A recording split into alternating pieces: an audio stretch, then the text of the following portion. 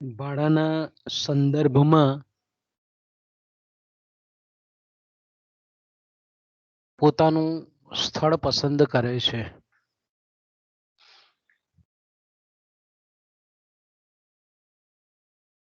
અને એમાં આપણે જોયું તે પ્રમાણે કે સૌથી વધારે ઊંચું ભાડું ચૂકવતી જે પ્રવૃત્તિઓ છે એ મોટે ભાગે શહેરના હાર્દસમા વિસ્તારમાં પોતાનું એકમ પસંદ કરે છે. જ્યારે આપણે એમ કહીએ કે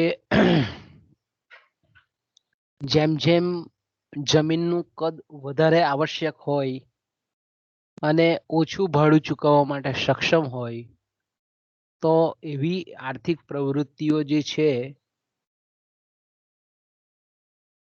એ લોકો શહેરથી દૂરના વિસ્તારમાં પોતાના એકમો પસંદ કરે છે.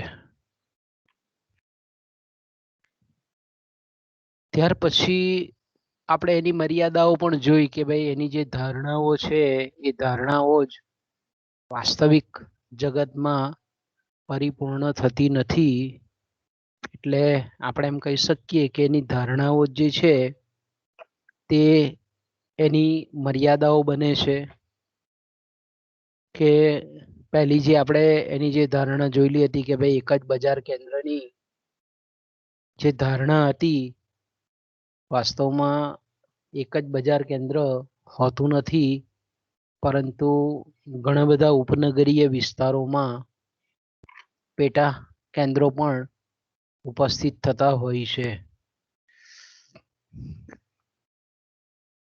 કારણ કે જુદા જુદા કેટલાક શહેરના વિસ્તારોમાં પૂરક બજારો પણ વિકસેલા હોય છે અને એ પૂરક બજારો આપણે જાણીએ છીએ તે પ્રમાણે કે ઊંચું ભાડું ચૂકવવા માટે શક્તિમાન હોય છે.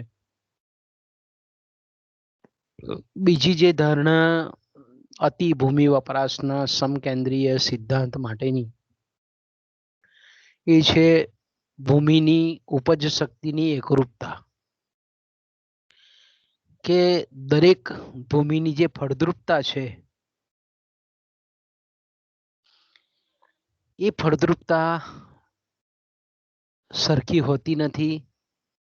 કારણ કે અલગ અલગ જગ્યાએ આપણે એમ કહીએ કે એની ઉત્પાદકતા એ અલગ અલગ હોય છે. સાથે સાથે આપણે એમ કહીએ કે શહેરી વિસ્તારની જે પ્રવૃત્તિઓ છે અને એમાં આપણે જાણીએ છીએ તે પ્રમાણે કે ફળદ્રુપતા કરતા પણ એ મુખ્ય બજારથી એનું અંતર કેટલું છે અને એ પ્રમાણે ભાડું નક્કી થતું હોય તો તેમાં ફળદ્રુપતા એ બહુ અસર કરતા બાબત હોતી નથી. બીજું આપણે એ પણ એની મર્યાદા જોતા આપણે એમ પણ કહી શકીએ કે વાસ્તવમાં કોઈ પણ જમીન અને બજાર વચ્ચેનું અંતર એ માત્ર ભાડું નક્કી કરવાનું અને માત્ર એક જ પરિબળ નથી, પણ મેં કીધું કે અન્ય કેટલાક એવા પરિબળો છે કે જે ભાડાને અસર કરે છે. એની આ સિદ્ધાંતમાં સમજૂતી આપણને મળતી નથી. ત્રીજી મર્યાદા પણ આપણે જાણીએ છીએ કે દરેક સ્થળની ભૌગોલિક પરિસ્થિતિ એકરૂપ છે, એટલે કે વિશિષ્ટ ભૌગોલિક પરિસ્થિતિની એકરૂપતાની ધારણા કરવામાં આવે છે. પણ કેટલાક આપણે શહેરો જોયા કે એમાં કેટલીક એવી વિશિષ્ટ ભૌગોલિક પરિસ્થિતિ છે તેને કારણે આપણે એમ કહીએ કે ભૂમિ વપરાશની જે ઢબ છે તે સમકેન્દ્રીય પ્રમાણેની હોતી નથી. દાખલા તરીકે આપણે એમ કહીએ કે મદ્રાસ છે તે મેં કીધું તેમ કે દરિયા કિનારે વિકસેલું શહેર છે અને એ બંદરની આજુબાજુ આખો શહેરી વિસ્તાર એ વિકસેલો છે.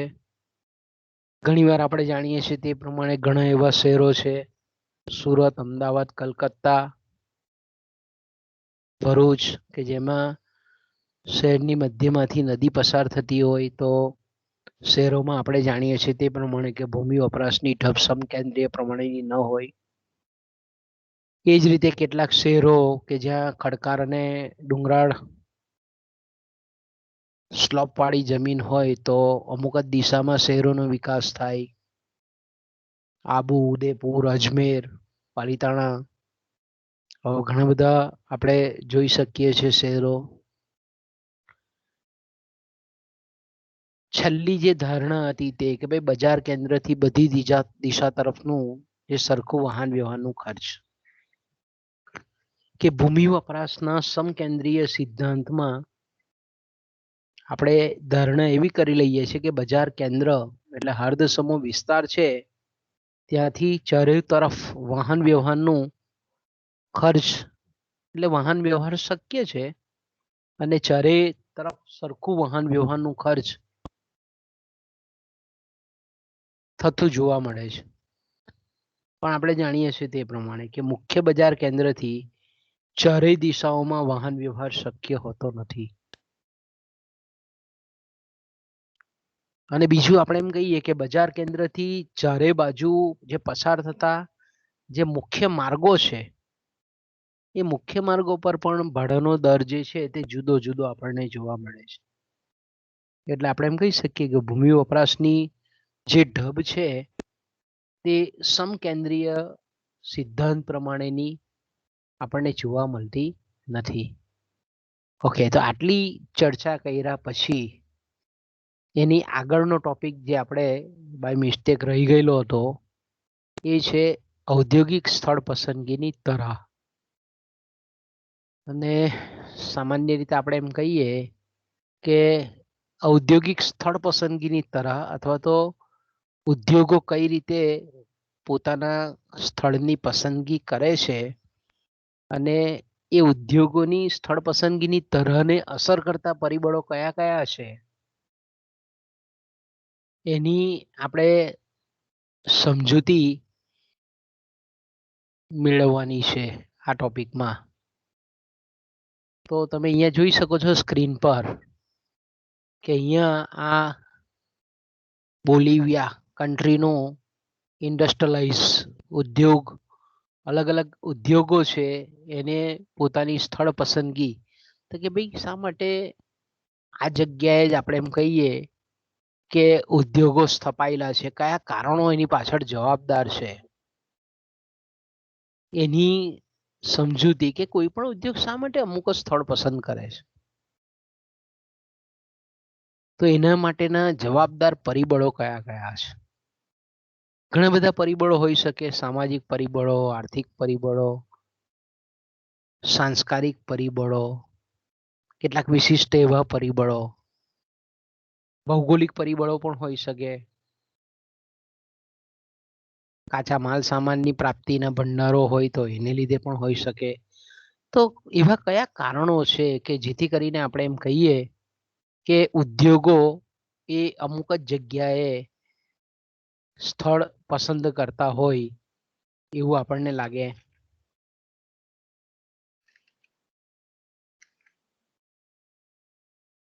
તો આપણે એમ કહીએ કે આ જે આપણો ટોપિક છે એમાં આપણે ઔદ્યોગિક સ્થળ પસંદગીને અસર કરતા જે કંઈ પણ પરિબળો છે એ પરિબળોની આપણે વિગતે સમજૂતી મેળવવાની છે. આપણે સ્થળ પસંદગીથી વાકેફ છે, બરાબર. સ્થળ પસંદગી થી આપણે જાણકાર છે અને એમાં પણ આપણે આગળના સેમમાં આલ્ફ્રેડ વેબરનો સિદ્ધાંત આપણે જોઈ ગયા છે, સાર્જન ફ્લોરેન્સનો સિદ્ધાંત જોઈ ગયા છે, ઇવન વોલ્ટર ક્રિસ્ટેલર છે. આ બધાના સિદ્ધાંતો કે જેમાં સામાન્ય રીતે જ્યારે કોઈ પણ પેઢીના નિયોજકો જે છે એ જ્યારે પોતાનું સ્થળ પસંદ કરે છે ત્યારે આપણે જાણીએ છીએ તે પ્રમાણે કે એની ઉત્પાદનની પ્રક્રિયામાં જે વપરાતા સાધનો છે તે અને એ ઉત્પાદકીય એકમોમાં જે વસ્તુનું ઉત્પાદન થાય છે એ વસ્તુનું વેચાણનું સ્થળ એટલે કે બજાર, વપરાશના કેન્દ્રો ક્યાં છે એને ધ્યાનમાં રાખીને આપણે એમ કહીએ કે ઉદ્યોગો પોતાના એકમની સ્થળ પસંદગી કરતા હોય છે. આપણે એમ કહીએ કે ઘણી વખત આપણે જાણીએ છીએ તે પ્રમાણે કે બે પરિબળ તો આપણે ઓલરેડી આગળ જોઈ ગયા છે. કાચા માલની પ્રાપ્તિનું સ્થળ કે સામાન્ય રીતે વિલિયમ એલેન્ઝો છે, ફ્લોરેન્સ છે, વેબર છે, કે ભાઈ ખાસ કરીને આલ્ફ્રેડ વેબરની વાત કરીએ તો એમણે સામગ્રી આંકનો ખ્યાલ આપી અને વાહન વ્યવહારનું ખર્ચ અને હેરફેર કરવામાં આવતી વસ્તુનું વજન અને કાચી માલ સામગ્રીના પ્રાપ્તિ સ્ત્રોતો એને ધ્યાનમાં રાખીને કોઈ પણ ઉદ્યોગના એકમો છે તે પોતાનું સ્થળ શા માટે પસંદ કરે છે એની સમજૂતી આપતા પરિબળોની સમજૂતી આપેલી હતી. પ્રાદેશિક પરિબળો અને આનુષંગિક પરિબળો.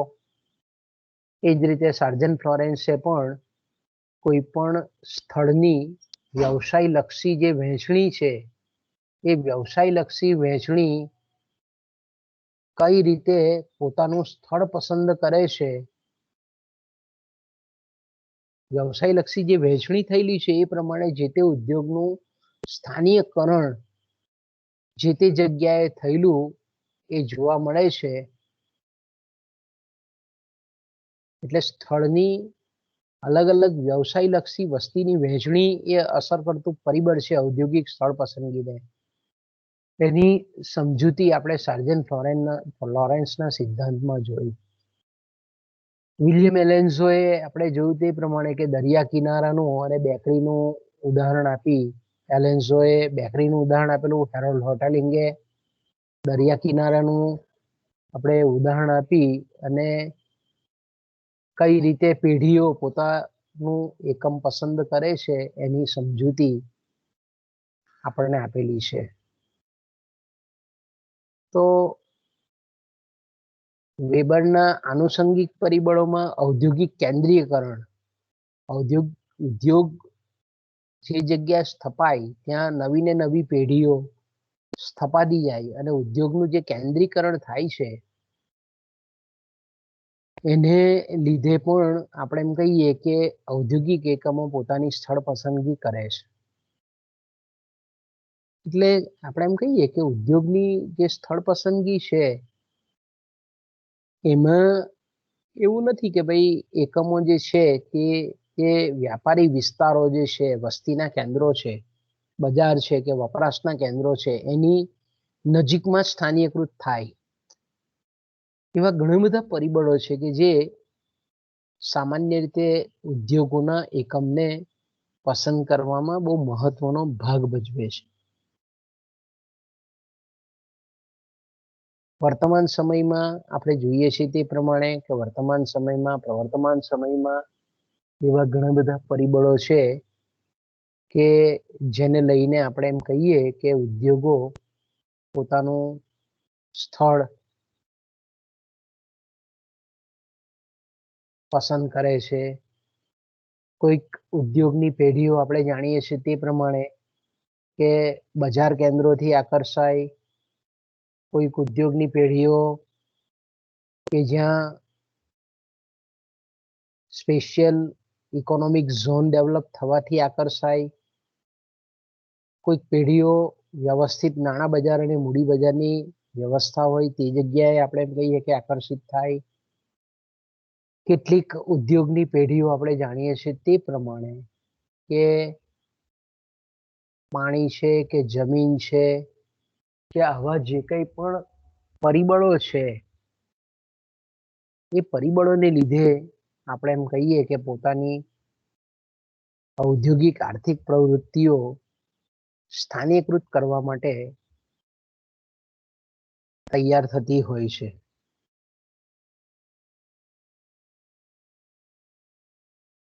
તો સામાન્ય રીતે આપણે એમ કહીએ કે જુદા જુદા ભૌગોલિક વિસ્તારોમાં ઉત્પાદનના સાધનોની કિંમતોમાં જે તફાવત પડે છે, ભેદ પડે છે, એ જ રીતે આપણે એમ કહીએ કે અલગ અલગ જગ્યાએ ઉત્પાદનના સાધનોની જે પ્રાપ્તિ છે, અવેલેબિલિટી છે, ઉપલબ્ધતા છે, એ પણ ઉદ્યોગોને આકર્ષે છે. અને ઘણી જગ્યાએ મેં કીધું તેમ કે વેબરે જે સૂચવેલા કેન્દ્રીયકરણના લાભો, એ કેન્દ્રીકરણથી ઉદ્ભવતા લાભોની પ્રાપ્તિ અર્થે પણ એ જ્યાં વપરાશનું કેન્દ્ર છે, વસ્તીના કેન્દ્રો છે, એનાથી દૂર એ સ્થાનીકૃત થવા તત્પર હોય છે. ઘણી વખત આપણે જાણીએ છીએ તે પ્રમાણે કે રોજગારીના કેન્દ્રો એ શહેરી વિસ્તારથી બજાર કેન્દ્રથી દૂર ઉદ્ભવતા હોય છે. તો આવા જે રોજગારીના કેન્દ્રો છે ત્યાં વસ્તી પણ આકર્ષાતી હોય છે, એટલે ત્યાં શહેરીકરણની પ્રક્રિયાનો પ્રારંભ થાય છે.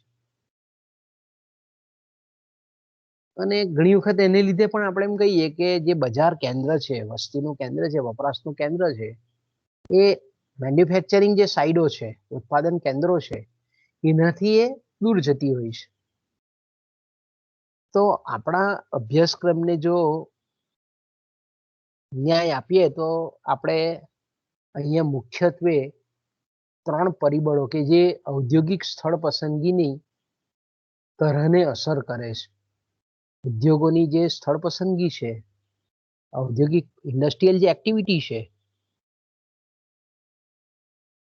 એની સ્થળ પસંદગીને અસર કરતા આપણે એમ કહીએ કે જે 3 પરિબળો છે એની અહીંયા આપણે ચર્ચા કરવાની છે. પહેલું તો આપણે પરિબળ ભૌગોલિક વિસ્તારોમાં સાધનોની કિંમતમાં રહેલા તફાવતો. પછી બીજું પરિબળ છે સાધન જે સામગ્રી છે, કાચો માલ સામાન છે, ઉત્પાદનની પ્રક્રિયામાં જેટલા પણ સાધનો વપરાતા હોય, ઉત્પાદનના શ્રમિકો છે કે મૂડી સાધનો છે, તેની પ્રાપ્તિ પણ ઔદ્યોગિક સ્થળ પસંદગીને અસર કરે છે. અને ત્રીજું જે પરિબળ છે આપણે જાણીએ છીએ તે પ્રમાણે કે કેન્દ્રીકરણના લાભો અને ગેરલાભો. આ 3 પરિબળોની આપણે આ ટોપિકમાં ખાસ મહત્વની ચર્ચા કરવાની છે.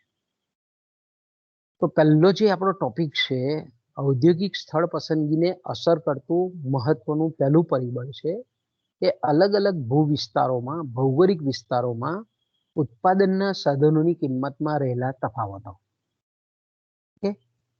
તો સામાન્ય રીતે આપણે એમ કહીએ કે અલગ અલગ ઉદ્યોગ શા માટે અલગ અલગ જગ્યાએ આપણને સ્થપાયેલા જોવા મળે છે, બરાબર? હવે આપણે જાણીએ છીએ તે પ્રમાણે કે ઉદ્યોગ એટલે આપણે થોડુંક જ્યારે હું બોલું છું ત્યારે તમારે રિયલ ઉદ્યોગ પર ધ્યાન જવું જોઈએ. કે અંકલેશ્વરમાં ધમધમતો રસાયણ ઉદ્યોગ, દવા બનાવતી કંપનીઓ, એ જ રીતે સુરતનો હીરા ઉદ્યોગ, સુરતનો ટેક્સટાઇલ ઉદ્યોગ, સુરેન્દ્રનગરના થાનનો ચિનાઈ માટીનો ઉદ્યોગ, કે રાજકોટના મશીનો બનાવતો ઉદ્યોગ.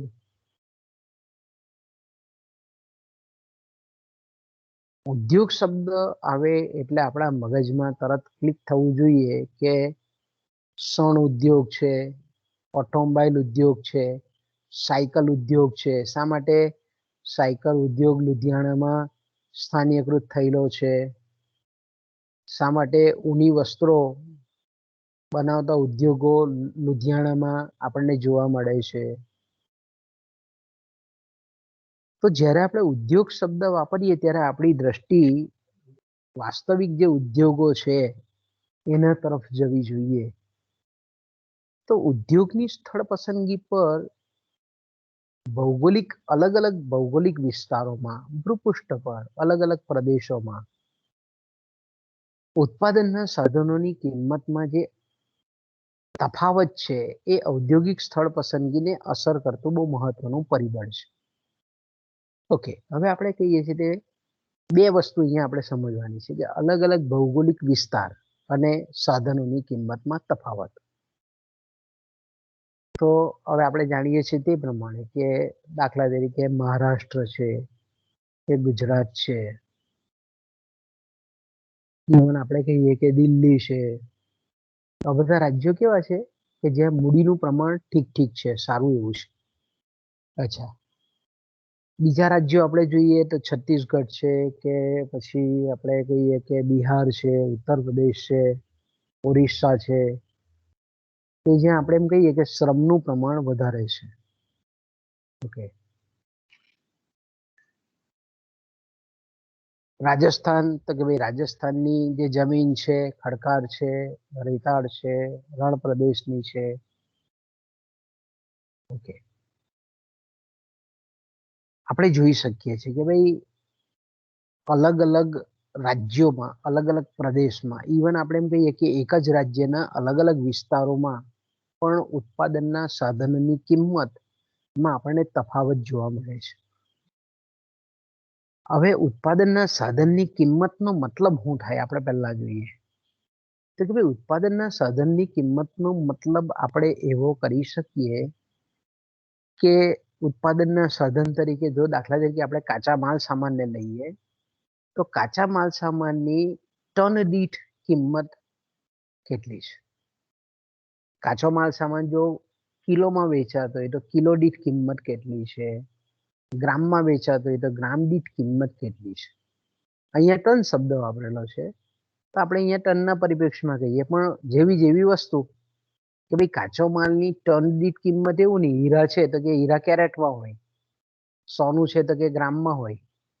તો અહીંયા આપણે કહીએ કે જે ઉદ્યોગ માટે જરૂરી જે કાચો માલ સામાન છે એની કોઈ પણ એકમ હોઈ શકે, ટન, કિલોગ્રામ, ગ્રામ, મિલીગ્રામ, એની કિંમત કેટલી છે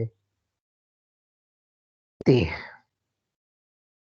તો કે કાચો માલ સામાનની અલગ અલગ જગ્યાએ ટન દીઠ કિંમત અથવા આપણે એમ કહીએ કે અલગ એકમ દીઠ કિંમતો અલગ અલગ હોય.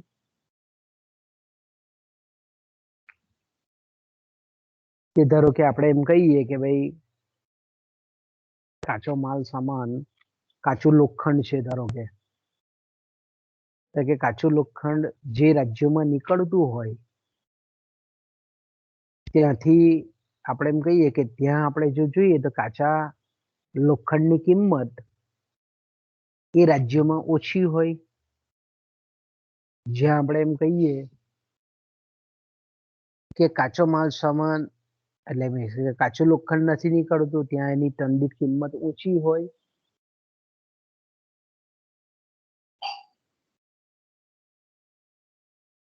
એ જ રીતે આપણે એમ કહી શકીએ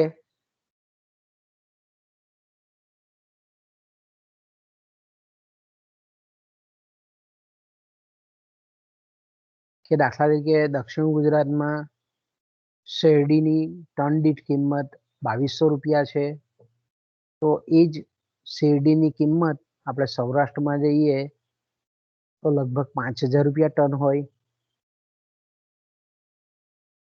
એ જ રીતે આપણે એમ કહીએ કે ભાઈ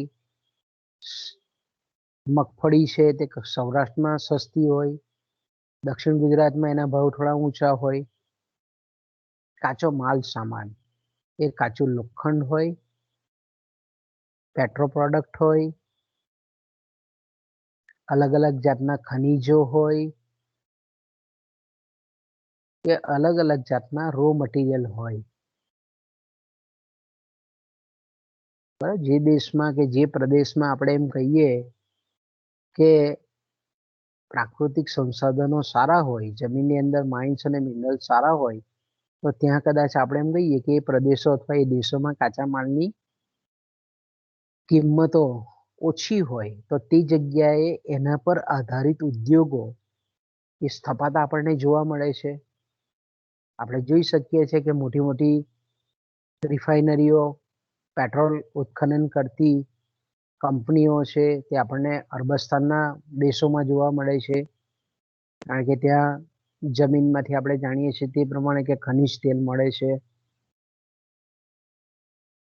અંકલેશ્વરમાં આપણે જોઈએ છીએ કે પેટ્રોકેમિકલ ઇન્ડસ્ટ્રી ડેવલપ થયેલી છે, કારણ કે કાચા માલ તરીકે બાય પ્રોડક્ટ તરીકે આપણે કહીએ કે પેટ્રોલિયમની નિપજો એ રસાયણ ઉદ્યોગમાં પેટ્રોકેમિકલ્સ ઇન્ડસ્ટ્રીમાં વપરાય છે.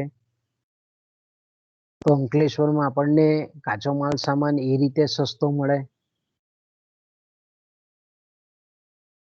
એ જ રીતે કોઈક લાકડા પર આધારિત ઉદ્યોગ હોય કે એના માટે જંગલ કે જંગલમાંથી એની નીપજ મળતી હોય, તો આપણે જોઈ શકીએ છીએ કે પેપર બનાવતા એકમો જે છે, આપણે જે પ્રિન્ટિંગ પેપર વાપરીએ છીએ એ આપણને મોટાભાગે જંગલ વિસ્તારમાં, કારણ કે ત્યાં કાચા માલ સામાનની કિંમત ત્યાં સસ્તી હોય છે, ઓછી હોય છે. ઘણા બધા આપણે ઉદાહરણ લઈ શકીએ આમાં, કે ભાઈ એલ્યુમિનિયમ બનાવતા કે તાંબુ બનાવતા કે પછી લોખંડ આધારિત ઉદ્યોગો આપણને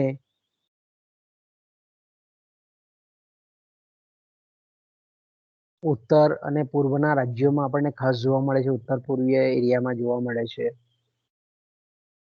એ જ રીતે બીજું જે ઉત્પાદનનું સાધન આપણે કહીએ છીએ કે છે જમીન.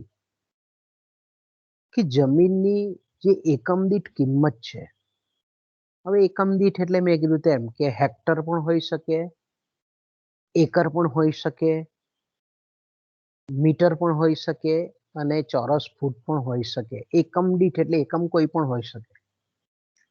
તો કે અલગ અલગ જગ્યાએ અલગ અલગ પ્રદેશોમાં અલગ અલગ વિસ્તારોમાં જમીનની એકમ દીઠ કિંમતોમાં તફાવત આપણને જોવા મળે છે. તો આવી જમીનનો ઉપયોગ કરતી જે આર્થિક પ્રવૃત્તિઓ છે, ઉદ્યોગો છે, એમાં જમીનની આવશ્યકતા કેવી છે, કેટલી છે, કયા પ્રકારની જમીનની આવશ્યકતા છે, એ પ્રમાણે એ ઉદ્યોગ એ જગ્યાએ સ્થાનીયકૃત થાય. કે દાખલા તરીકે મેં કીધું તેમ કે અમુક ઉદ્યોગોને ખારાશવાળી જમીન જોઈતી હોય, કે ભાઈ દરિયાનું પાણી આવતું હોય અને ત્યાં ક્ષાર અથવા તો પાણીને સંગ્રહ કરી શકાય એવા મીઠાના એકમો છે, મીઠું પકાવતા એકમો, તો કે ભાઈ ત્યાં આવી દરિયા કિનારાની જમીન સસ્તી જોઈએ પણ મોટી જોઈએ, જમીન ખૂબ સસ્તી હોવી જોઈએ. તો તે એકમો તેવા જ ભાગે જ તપાય. એટલે ટાટા સોલ્ટ છે કે નિરમા સોલ્ટ છે, આ બધા આપણને હવે દરિયા કાંઠે કે જ્યાં પડતર જમીન છે, ખારાશવાળી જમીન છે, ત્યાં આપણને સ્થપાયેલા જોવા મળે છે. ઘણા એવા ઉદ્યોગો છે કે ભાઈ એમાંથી જે બગાડ નીકળે, વેસ્ટ નીકળે, એને ઠાલવવા માટે જમીન પુષ્કળ મોટી જોઈએ. તો એવી જે એકમ દીઠ કિંમત જ્યાં નીચી હોય, ઓછી હોય, એવા ઉદ્યોગો મોટે ભાગે આવા વિસ્તારમાં આપણને સ્થપાયેલા જોવા મળે. કે ફર્ટિલાઇઝર બનાવતા કારખાનાઓ છે, બરાબર, મોટે ભાગે આપણને ફર્ટિલાઇઝર બનાવતા કારખાનાઓ કેવી જગ્યાએ જોવા મળે કે જ્યાં આપણે એમ કહીએ કે પડતર જમીનો છે તે જગ્યાએ કે જ્યાં એની એકમ દીઠ કિંમત ખૂબ નીચી હોય, પણ એવા ઉદ્યોગો કે એ એકમ દીઠ કિંમત ઊંચી, ભૂમિની એકમ દીઠ ભાડું વધારે ઊંચું ચૂકવવા માટે સક્ષમ હોય, એવા શહેરી વિસ્તારમાં આપણને સ્થાનીયકૃત થયેલા જોવા મળે. એટલે ભૂમિની કિંમત પણ ઉદ્યોગોની સ્થળ પસંદગીને અસર કરતું પરિબળ છે. કે આપણે જોઈએ છે કે ફિલ્મ ઉદ્યોગ છે તો કે મુંબઈમાં સ્થપાયેલો છે. તો ફિલ્મ ઉદ્યોગ માટે આપણે આધુનિક શહેર જોઈએ, એ શહેરની જે અદ્યતન ફેસિલિટીઝ છે તે એને આવશ્યક છે. તો એવા ઉદ્યોગો એ શહેરી વિસ્તારમાં સ્થપાય. ફિલ્મ ઇન્ડસ્ટ્રી છે, સોફ્ટવેર ઉદ્યોગ છે, કે ત્યાં આપણે એમ કહીએ કે વૈશ્વિક કક્ષાના એન્જિનિયરોને આકર્ષવા હોય તો આવા ફૂલ સુવિધાવાળા જે એમ્યુનિટીઝ વાળા સેન્ટર્સ છે એ જગ્યાએ એ એકમો સ્થપાય. એની કિંમત આપણે એમ કહીએ કે સ્થળ પસંદગીને અસર કરે છે. ઓકે, ત્યાર પછી આવે છે શ્રમની કલાક દીઠ કિંમત. કે ભાઈ જે શ્રમ છે એ શ્રમને જે ચૂકવાતું વળતર છે એને શ્રમની કિંમત કહીએ છીએ આપણે. તો કે વેતનના દર કેવા છે, પગાર માળખું કેવું છે.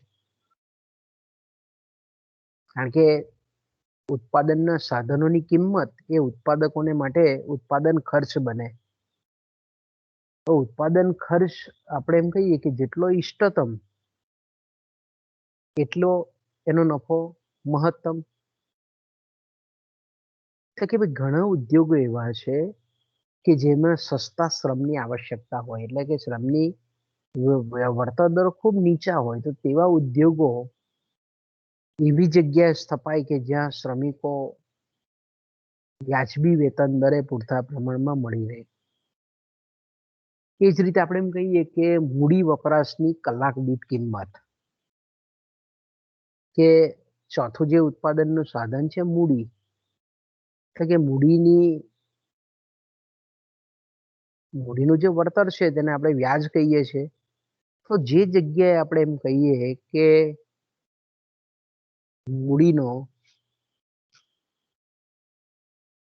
વ્યાજનો દર, મૂડી પર ચૂકવાતો જે વ્યાજનો દર છે એ ઓછો હોય, સસ્તો હોય, તે જગ્યાએ આપણે એમ કહીએ કે પોતે એ ઉદ્યોગો કે જે મૂડી પ્રચુર ઉત્પાદન પદ્ધતિ છે, એ વ્યાજનો દર હોય કે યાંત્રિક મૂડી હોય કે એની કઈ રીતની કિંમત છે અને એ ઔદ્યોગિક એકમોમાં એ મૂડી સાધનની કેટલી માંગ છે, કેટલી આવશ્યકતા છે, તે પ્રમાણે એ ઉદ્યોગો એ સ્થળે સ્થપાતા જોવા મળે.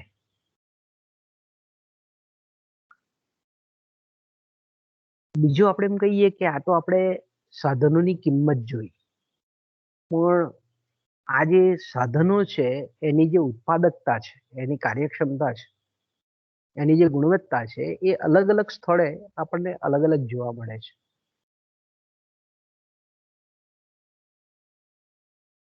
કારણ કે આપણે જાણીએ છીએ તે પ્રમાણે કે ઉત્પાદનના સાધનો નું જે ઉત્પાદન વિધેય છે તે અમુક જગ્યાએ વધારે ઉત્પાદન આપે અને અમુક જગ્યાએ ઓછું ઉત્પાદન આપે.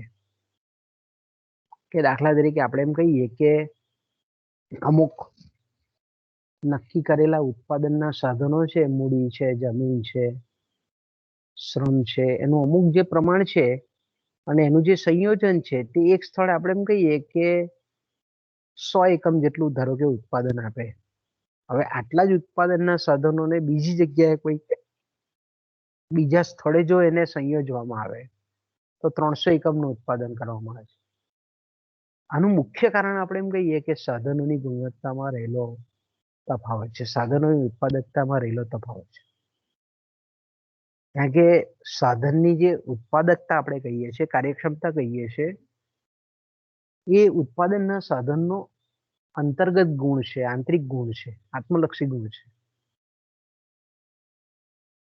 તે દાખલા તરીકે આપણે બરાબર છે, મારવાડી લોકો જે છે એ મારવાડી લોકોની કાર્યક્ષમતા ગુજરાતી શ્રમિકો કરતા વધારે છે. કે આપણે જોઈએ છે કે આ માર્બલ ફિટિંગ કરવા માટે ઘરોમાં આવે છે. ઇવન આપણે એ પણ જોઈએ છે કે મિસ્ત્રી કામ કરવા માટે જે મારવાડી શ્રમિકો હોય છે તે અને આપણે ગુજરાતના શ્રમિકની તુલના કરીએ તો આપણને સ્પષ્ટ ખબર પડી જાય કે મારવાડી શ્રમિકની ઉત્પાદકતા એ ગુજરાતી શ્રમિક કરતા ઘણી ઓછી હોય છે. અપવાદરૂપ કેસો હોય પણ ઓલ ઓવર આપણે એમ કહીએ કે ઉત્પાદકતા વધારે હોય. ભારતના શ્રમિક કરતા ચીનના શ્રમિકોની ઉત્પાદકતા વધારે છે. ઓછા સમયમાં વધારે કામ કરી શકે છે, વધારે ઉત્પાદન કરી શકે છે. એટલે આપણે જોઈએ છીએ કે વિશ્વભર દરેક બજારોમાં ચીનનો જે સામાન છે તે આરામથી વેચાય છે, કારણ કે ઉત્પાદનના સાધનોની ઉત્પાદકતા ઓછી છે, એની ગુણવત્તા વધારે છે, એટલે સસ્તું ઉત્પાદન કરી શકે છે. તો આપણે એમ કહીએ કે ઉત્પાદનના સાધનોની કાર્યક્ષમતા અને સાધનોની કિંમતમાં તફાવત ઘણી વખત આપણે જાણીએ છીએ તે પ્રમાણે કે અલગ અલગ પ્રદેશોમાં અલગ અલગ જગ્યાએ સાધનોની કિંમતમાં રહેલો જે તફાવત છે અને તેઓની જે ગુણવત્તા છે એ ઘણા બધા કારણોસર આપણે એમ કહીએ કે અલગ અલગ પ્રદેશોમાં અલગ અલગ આપણને જોવા મળે છે. કારણ કે ઘણી વખત આપણે એમ કહીએ કે ઉત્પાદનના સાધનોની કિંમતમાં રહેલો તફાવત, હેરફેર ખર્ચ, વાહન વ્યવહારના ખર્ચને લીધે પણ આપણને તફાવત જોવા મળે.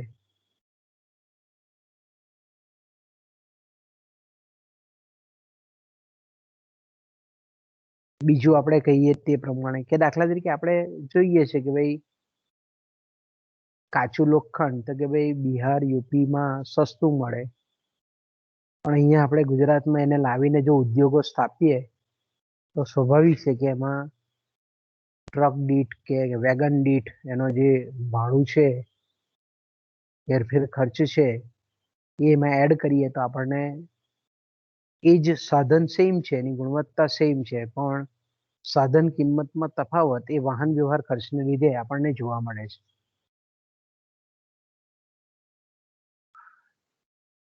બીજું આપણે જાણીએ છીએ કે ઘણી વખત જે ઉત્પાદનના સાધનો અને ખાસ કરીને એમાં પણ શ્રમિક છે એની ગુણવત્તા સરખી છે, ધારો કે ઉત્પાદકતા સેમ છે, પણ ગતિશીલતાને લીધે આપણે એમ કહીએ એની ગુણવત્તા અને ગતિશીલતા જે ધરાવતા જે શ્રમિકો છે એના વળતર દરોમાં આપણને ઘણી વખત તફાવત જોવા મળે છે. ઉત્પાદકતા સેમ છે,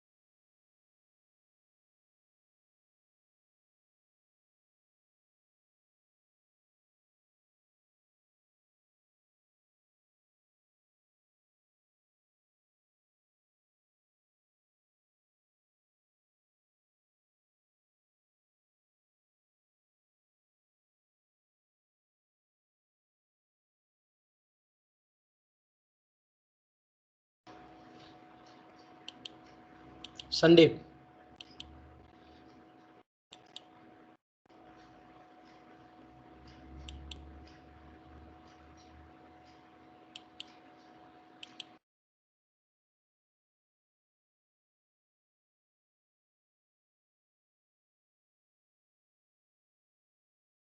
કનેક્ટિવિટી વચ્ચે ચાલી જાય છે.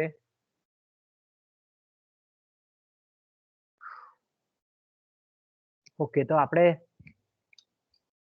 કીધું તે પ્રમાણે કે ઘણી વખત જે શ્રમિકોના વેતન દરમાં જે તફાવત પડે છે, એક તો એડવર્સ એટમોસ્ફિયર હોય કે દાખલા તરીકે રણ પ્રદેશમાં કોઈ એકમ હોય, ઔદ્યોગિક પ્રવૃત્તિ હોય, તો ત્યાં શ્રમિકોને વધારે વેતન ચૂકવવામાં આવે. એ જ રીતે આપણે જોઈએ કે જ્યાં અતિશય ઠંડી છે, તો ત્યાં કામ કરનાર જે શ્રમિકો છે, ઉત્પાદકતા સેમ હોય પણ તેને વેતન વધારે ચૂકવવામાં આવે. ઘણી વખત આપણે એમ કહીએ કે અગવડતા વધારે હોય, તો તેવા સંજોગોમાં નાણાકીય વેતન એ શ્રમિકોને વધારે ચૂકવવામાં આવે. ઘણી વખત આપણે જાણીએ છીએ તે પ્રમાણે કે ઘણી કંપનીઓ વાસ્તવિક વેતનમાં ક્વાર્ટર્સ આપતી હોય, મેડિકલ સુવિધા આપતી હોય, તો એવાને લીધે ઘણી વખત વેજ ઓછા હોય, નીચા હોય.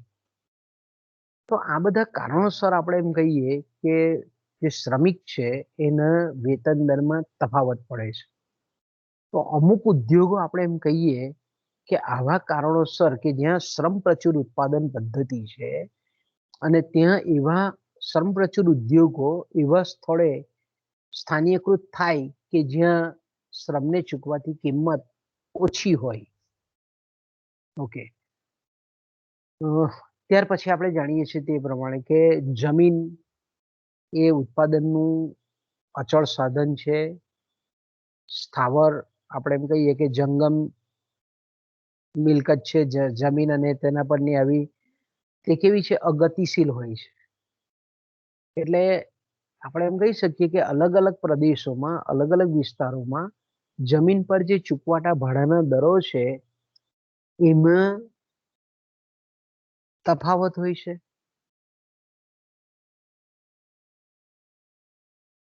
અલગ અલગ આપણે એમ કહીએ કે એક જ શહેર કે એક જ પ્રદેશમાં અલગ અલગ જગ્યાએ આપણે એમ કહીએ કે ભાડાના દરમાં તફાવત હોય છે.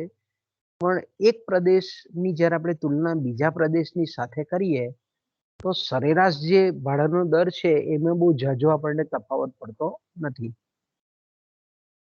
કે દાખલા તરીકે એમપીનું ઇન્દોર હોય કે ગુજરાતનું સુરત હોય, તો કે આપણે એમ કહીએ કે ઇન્દોર અને સુરતમાં જે જમીનના ભાડાના દર છે ઓન એન એવરેજમાં બહુ ઝાઝો એ લોકોમાં ફેર હોતો નથી. પણ ઇન્દોરના જ એક વિસ્તારમાંથી બીજા વિસ્તારમાં જમીનના ભાડાના દર જુદા આપણને જોવા મળે. એ જ રીતે આપણે એમ કહીએ કે સુરતમાં પણ એક વિસ્તારમાંથી બીજા વિસ્તારમાં જમીનના દર ભાડાના જુદા જુદા જોવા મળે છે. કેમ? કારણ કે જમીન એ અગતિશીલ ઉત્પાદનનું સાધન છે. તો અગતિશીલ ઉત્પાદનનું સાધન છે એટલે આપણે એમ કહીએ કે એની પુરવઠા કિંમત નથી, એની સપ્લાય પ્રાઇસ નથી. એટલે એનો મતલબ એવો થાય કે અમુક જગ્યાએ આપણે એમ કહીએ કે જમીનના ભાડાના દર ઊંચા હોય, અમુક જગ્યાએ સસ્તા ભાડાના દરવાળી જમીન મળી રહે છે. અહીંયા મેં કીધું તેમ કે ભાડાનો દરનો જ્યારે પણ આપણે ઉલ્લેખ કરીએ છીએ ત્યારે એમાં પરોક્ષ રીતે વેચાણ કિંમત, જમીનની વેચાણ કિંમત પણ આવરી લેવામાં આવતી હોય એવું આપણને અનુભૂતિ થાય. કારણ કે આપણે ભાડાનો દર ગણો કે જમીનની વેચાણ કિંમત કે જે સ્થળ પસંદગીને અસર કરે છે ઉદ્યોગની. તો આપણે એમ કહી શકીએ કે આ રીતે સાધનોની જે અલગ અલગ જગ્યાએ અલગ અલગ જે કિંમતો છે એને પરિણામ સ્વરૂપ અલગ અલગ સ્વરૂપની, અલગ અલગ પ્રકારની ઔદ્યોગિક જે સ્થળ પસંદગી છે, ઉદ્યોગો જે સ્થળ પસંદ કરે છે તેમાં આ રીતે મેં કીધું તેમ કે સાધનોની કિંમત એ બહુ મહત્વનો ફાળો ભજવે છે. બીજું આપણે જાણીએ છીએ તે પ્રમાણે કે ઘણી વખત ઘણા ઉદ્યોગો આપણે જોઈએ છીએ તે પ્રમાણે કે એમાં જમીનની જે કિંમત છે તે બહુ નિર્ણાયક ભાગ ભજવતી હોય. જ્યારે અમુક એવી ઔદ્યોગિક પ્રવૃત્તિ છે કે તેમાં જમીનનું ભાડું જે છે એ એટલો બધો નિર્ણાયક ભાગ ભજવતી હોતી નથી. ટૂંકમાં આપણે એમ કહીએ કે જમીન હોય, મૂડી હોય, શ્રમ હોય, નિયોજન શક્તિ હોય, કાચો માલ સામાન હોય, ઔદ્યોગિક ઉત્પાદનમાં વપરાતા જે કંઈ પણ સાધનો હોય, એની કિંમતોમાં રહેલો જે તફાવત છે તે ઉદ્યોગની સ્થળ પસંદગીને બહુ પ્રભાવક રીતે અસર કરે છે. ઓકે. બીજું જે પરિબળ છે એ છે સાધન સામગ્રીની પ્રાપ્તિ અને ઉદ્યોગની સ્થળ પસંદગી. ઓકે, તો બાળકો આમાં આપણે એમ કહીએ કે ઘણી વખત આપણે જોઈએ છીએ તે પ્રમાણે કે કેટલાક ઉદ્યોગો એવા છે કે ઉદ્યોગની જે પેઢીઓ છે તે કોઈક એક સ્થળે બજારલક્ષી હોય કે ભાઈ ઉદ્યોગની જે પેઢીઓ છે તે મોટે ભાગે બજારને ધ્યાનમાં રાખીને પોતાના એકમો પસંદ કરતી હોય. જ્યારે બીજા સ્થળે આપણે એમ કહીએ કે એ ઉદ્યોગની પેઢી એ એમાં વપરાતા જે કંઈ પણ કાચો માલ સામાન હોય અથવા તો એમાં વપરાતા જે કંઈ પણ ઉત્પાદનના સાધનો હોય એની કિંમત તુલનાત્મક રીતે કઈ જગ્યાએ ઓછી છે એ પ્રમાણે આપણે એમ કહીએ કે ઉદ્યોગો પોતાના એકમોની પસંદગી કરતા હોય છે. અચ્છા, કોઈક એવા ઉદ્યોગો મેં કીધું તેમ કે ઇલેક્ટ્રોનિક્સ ઉદ્યોગ છે તો મોટે ભાગે એમાં રિસર્ચ પ્રવૃત્તિ બહુ મહત્વની હોય. હવે આવા જે સંશોધન પ્રવૃત્તિને ધ્યાનમાં રાખીને સ્થાપનારા જે એકમો છે તે મોટે ભાગે આપણે એમ કહીએ કે એવા કલ્ચર જે શહેરો છે, સુવિધાવાળા શહેરો છે, એવા શહેરોમાં આપણને મોટે ભાગે એ ઉદ્યોગ સ્થપાયેલા જોવા મળે. ખાસ કરીને આપણે જોઈએ તો કોમ્પ્યુટર ઉદ્યોગ, એમાં પણ સોફ્ટવેર ઉદ્યોગ જોઈએ આપણે તો એમાં સતત આપણે એમ કહીએ કે સંશોધન થયા કરતું હોય, કારણ કે સમય જેમ જેમ બદલાતો હોય તેમ ટેકનોલોજીકલ અપગ્રેડેશન થયા કરતું હોય, નવી નવી આવશ્યકતા ઊભી થતી જાય એમ સંશોધનને વધારે મહત્વ હોય. તો આપણે જોઈ શકીએ છીએ કે ભારતમાં બેંગ્લોરમાં તો કે ભાઈ ઇન્ફોસિસ કંપની છે, ગૂગલ છે, કે વિપ્રો છે, HCL છે, આ બધી કંપનીઓ આપણને ક્યાં જોવા મળે છે તો કે બેંગ્લોરમાં જોવા મળે છે, મોટે ભાગે દક્ષિણ ભારતમાં, કર્ણાટકની બાજુ આપણને સ્થપાયેલી જોવા મળે છે. એ જ રીતે અમેરિકામાં પણ જે સિલિકોન વેલી કહીએ છીએ. હવે એ ઉદ્યોગ એવો છે કે જેમાં વાહન વ્યવહાર ખર્ચ બહુ મોટો અસર પાડતી નથી. તે એવા ઉદ્યોગો મોટે ભાગે શહેરી વિસ્તારમાં આપણને સ્થપાતા જોવા મળે છે. કારણ કે ત્યાં સાયન્ટિસ્ટો છે, એન્જિનિયરો છે, મોટા મોટા સંશોધકો છે, એને આકર્ષવા હોય તો આવા શહેરી વિસ્તારમાં જો એકમો સ્થપાય તો આપણે એમ કહીએ કે એ શહેરી વિસ્તારની જે સાંસ્કૃતિક સુવિધાઓ છે, ભૌતિક સુવિધાઓ છે, એનાથી એ આકર્ષાય આપણે એમ કહીએ તો. ઓકે. તો આવા જે ઉદ્યોગો છે તેને આપણે સુવિધાલક્ષી ઉદ્યોગો તરીકે ઓળખીએ છીએ. તો આવા ઉદ્યોગ મેં કીધું તેમ કે મોટે ભાગે એ વિસ્તારમાં આપણને સ્થાપતા જોવા મળે. ઓકે. ઘણા ઉદ્યોગો આપણે જોઈએ તે પ્રમાણે કે સસ્તા, બરાબર, ચીપ, ઓછા વેતન દર વાળા અને પૂરતા પ્રમાણમાં શ્રમિકો મળી રહે એવી જગ્યાએ ત્યાં સ્થાપવામાં આવે છે. તેઓને આપણે શ્રમલક્ષી ઉદ્યોગ તરીકે ઓળખીએ. તો ભાઈ આપણે કીધું તેમ કે ઈંટ બનાવવાનો ઉદ્યોગ હોય કે ઈંટ બનાવવા માટે આપણે જોઈએ કે શ્રમિકો સસ્તા જોઈએ તો કે એવા ઉદ્યોગ આપણે એમ કહીએ કે જે જગ્યાએ શ્રમિકો સસ્તા મળી રહેતા હોય અને પૂરતા પ્રમાણમાં મળે તે ઉદ્યોગ એ જગ્યાએ આપણને સ્થપાયેલો જોવા મળે. એ જ રીતે આપણે પાઇપ બનાવતા ઉદ્યોગો જોઈએ છે, બ્લોક બનાવતા ઉદ્યોગો કે શ્રમિકોની વધારે આવશ્યકતા હોય.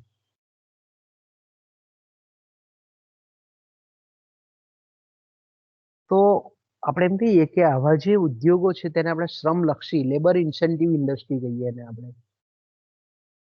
તો અહીંયા આપણે એમ કહીએ કે આવા જે ઉદ્યોગો છે તે જે જગ્યાએ ઉત્પાદનનું સસ્તું સાધન મળતું હોય એની પ્રાપ્તિનો લાભ લેવા માટે એ ઉદ્યોગ પોતાનું એકમ ત્યાં પસંદ કરતા હોય પેઢીના માલિકો.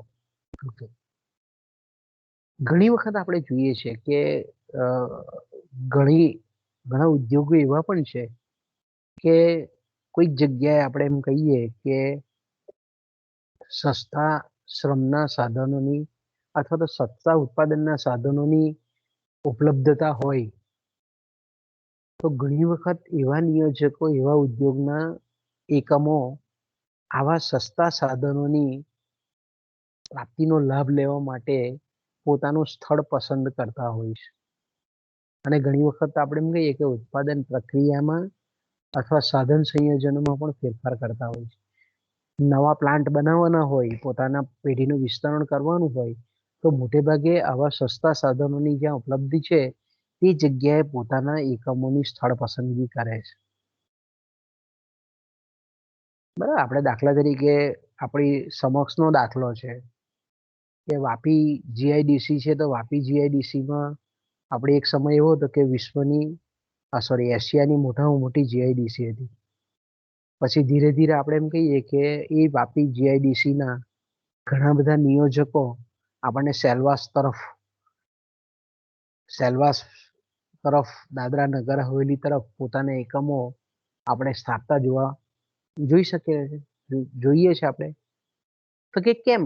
તો કે ભાઈ સસ્તા સાધનોની પ્રાપ્તિ, તો કે ભાઈ જમીન રેટથી મળતી હોય, આ બધા આદિવાસી વિસ્તારોમાં શ્રમ શક્તિ સસ્તી મળતી હોય, કેટલાક વિશિષ્ટ લાભો પ્રાપ્ત થતા હોય, તો એને લીધે આપણે એમ કહી શકીએ કે ઉત્પાદન પ્રક્રિયાનું સ્થાપન એટલે નવા નવા પ્લાન્ટો તે જગ્યાએ આપણને સેલવાસમાં અને આ રીતે દાદરાનગર હવેલી વિસ્તારમાં સ્થાનીકૃત થતા જોવા મળે છે. તો આપણે એમ કહીએ કે આ રીતે જે સસ્તા સાધનો છે એની પ્રાપ્તિનો જે લાભ કઈ રીતે મેળવે છે અને કઈ રીતે એ બજાર કેન્દ્રથી દૂર, વપરાશના કેન્દ્રથી દૂર પોતાનું એકમ પસંદ કરે છે, એની સમજૂતી માટે આપણે ઉદાહરણને સમજવું પડે. એ ચોપડીનું ઉદાહરણ છે તો મને એવું થાય છે બાળકો આપણે સોમવારે જોઈશું એ, કારણ કે કલાક નીકળી જશે હજુ આરામથી. બોલો કેવું કરીએ બાળકો?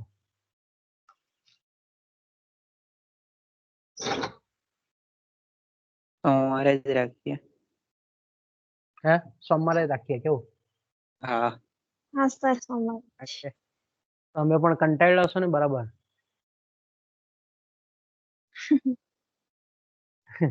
હા ચાલો ચાલો, અહીંયાથી અટકીએ આપણે. હા સર.